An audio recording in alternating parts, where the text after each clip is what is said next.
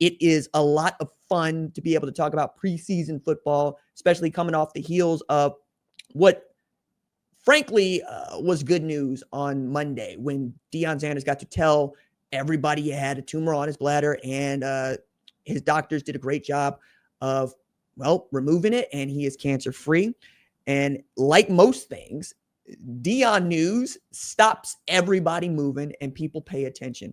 I know this because I ended up writing about Deion Sanders saying he's going to have a press conference over the weekend and then having one just to update people on his health, as there had been so much going on, so much rumor about where he was and what he was doing and how ubiquitous his presence has become as a head coach since becoming one in 2020 at Jackson State.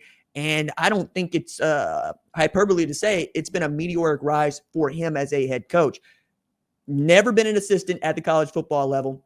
Arrives as a head coach, immediately gets to winning, has one losing season as a head coach, and flips a 2-win team into a 4-win team into a 9-win team with a Heisman Trophy winner, a number 2 overall draft pick. And then we get to talk about Shedeur Sanders. This is actually where I want to pick this up.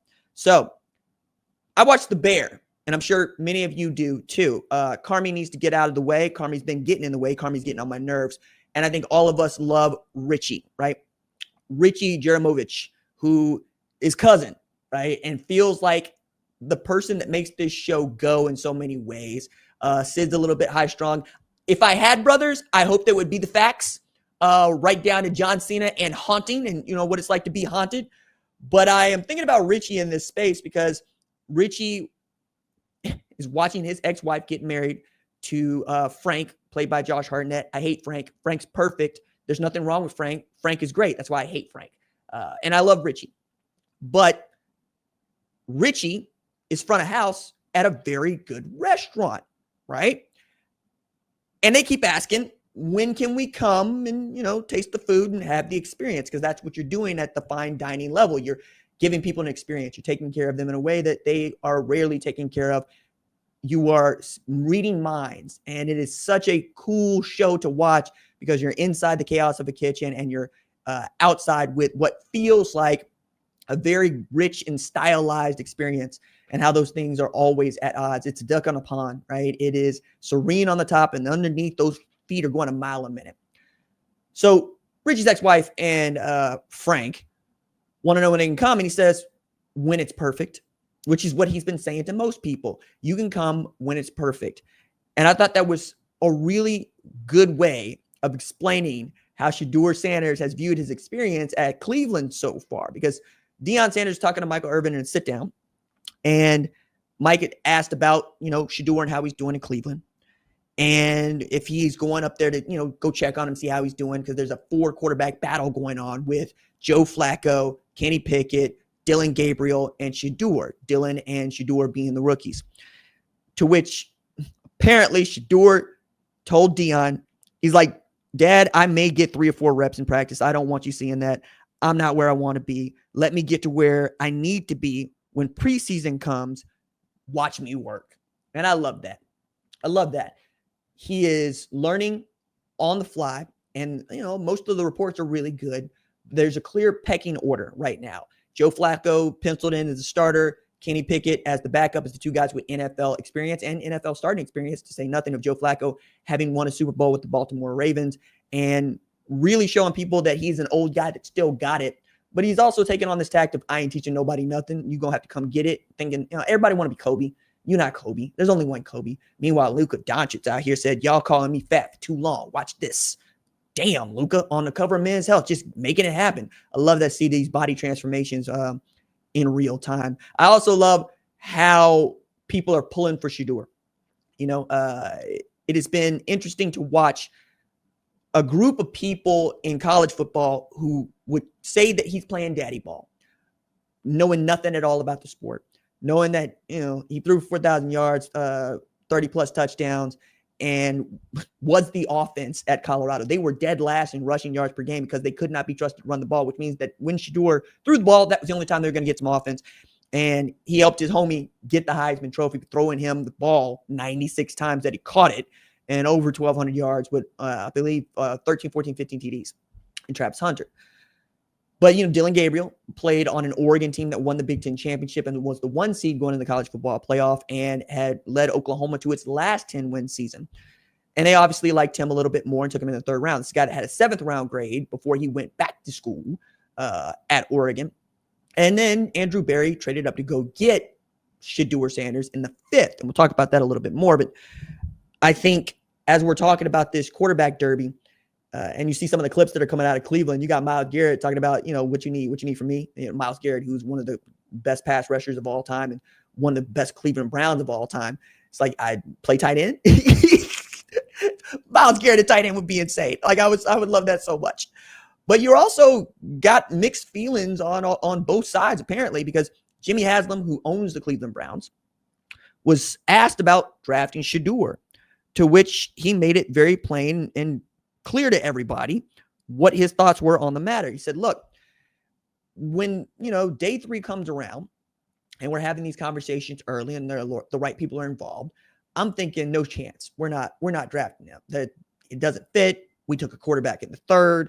Why would we take another quarterback in the 5th?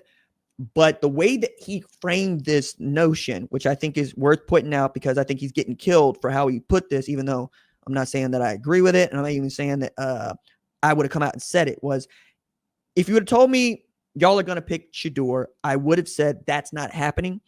Andrew Berry made the call to pick Shedeur, which is followed up by him saying, look, Kevin Stefanski makes the play calls. That's his job. That is his lane.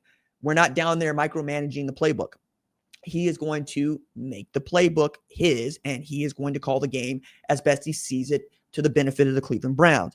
Andrew Berry, who is your general manager, needed to be the guy that makes that call. Now, Andrew Berry is, to use the parlance of Tulsa, Oklahoma, because we out here, in the country, put his ass in the jackpot, not once, but twice.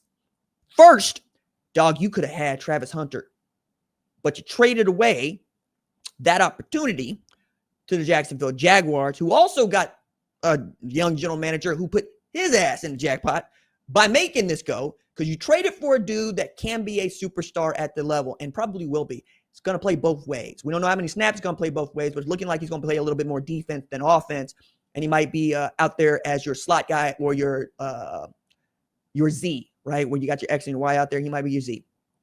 And then he'll play some corner. So you need that to work, because no matter how you slice it up, until Travis Hunter plays a decade in the league going both ways, nobody's done it, right? And we say this about him in college football. Nobody could do it. And now we're seeing at Minnesota, Corey Parrish, he's going to play special teams, he's going to play defense, and he's going to catch passes on offense because they think he's that good. And also, now you have proof that this can work if you manage it correctly. And that's what Travis Hunter, Deion Sanders did. They managed it correctly. But over there in Cleveland, you not only traded to the opportunity to have Travis Hunter on your team, you traded up to go get Shedeur Sanders when you got a rookie quarterback, a veteran, and, a starter. And a lot of this is because the Cleveland Browns suck at drafting quarterbacks that can turn the franchise around in a meaningful way. And it's becoming one of these things where we believe that it's got more to do with Cleveland than it does the quarterbacks. Think about Baker Mayfield and how excited we all were because of what Baker had been able to do at Texas Tech, what he did at Oklahoma. You thought maybe this was the guy. After Johnny Manziel was not the guy. After Robert Griffin III was not the guy. All the way back to Tim Couch, not the guy, right?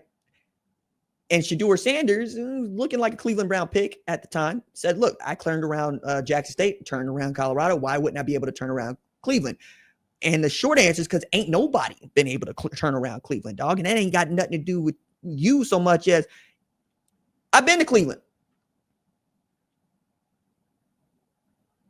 I'll put it this way. I didn't know that Major League, the movie, was so very correct in how it portrayed the city of Cleveland. Dog, there was a fire on the lake. There was fire on the water. Smoke on the water, fire in the sky. I get that. That's a great song. Fire on the water? What y'all putting in the water that's flammable, guys? Meanwhile, I got to look at the Cleveland Cavaliers and think that what LeBron was able to do just proves the point. He's one of the 3 greatest basketball players who's ever lived. I don't know that Shedeur is one of the best quarterbacks who's ever lived, but he got an opportunity to show it. You know, you win a Super Bowl at Cleveland. Holy smokes. But here's the thing. Lewis Hamilton got a better chance of winning his 8th world championship at a piss-poor garbage Ferrari than it feels like a quarterback got an opportunity to lead the Cleveland Browns to the Super Bowl. You know what I mean? In matter of fact, dog, it feels like Yuki Tsunoda got a better shot at winning a world championship than the Cleveland Browns. And yet here we are. Once again, talking about the Cleveland Browns because they are broke Dallas Cowboys, right? Broke in, I should say. Not broke as in like poor, but like if we were going to make a bizarro Dallas Cowboys where all you do is draw the attention to yourself, Cleveland does that, but in a way that has been considered a train wreck more often than not. Because on the one hand, I'm pointing out to you how Andrew Berry basically fumbled Travis Hunter to Shedeur Sanders, but it might not be a fumble because we got to see how they play, but it's looking like a fumble, right? You could get them both. You could have had them both. Or if you're going to take one, take the dude at 2 and go, hey, we didn't need a quarterback and let Shedeur be, I don't know, a Las Vegas Raider to just pick a team, a Dallas Cowboy, pick a team. But that's not what you did. The audacity to trade up and go get him because you see value in the 5th round for Shedeur Sanders when you probably could have had him in the 6th and 7th if that's what you wanted to do. Again, ass in the jackpot. And then you got Jimmy Haslam who letting it be known that wasn't my call. And then trying to say I'm backing my guys by saying I hired them to do a job. And at the end of the day, that is absolutely his call. And my job is to own the team. That ain't how owners generally think. They will be involved in any decision they would like. Do y'all remember Dan Snyder? I remember Dan Snyder. You draft a guy because you like him, not necessarily because he's a good fit for your team. That's not winning football. This is why the Jets will always be the New York Jets. They got meddling from people that don't really know football, but they own the team, so they get to do this. It's the Knicks. It's firing Tom Thibodeau for doing a good job. It makes no sense, but that's just it. It normally doesn't. What does make sense is Shedeur Sanders saying with a straight face, hey, Dad, give me a second while I go figure this out and then see what it is. Meanwhile, Shiloh's like, come on, Dad, anytime you want, anytime you want.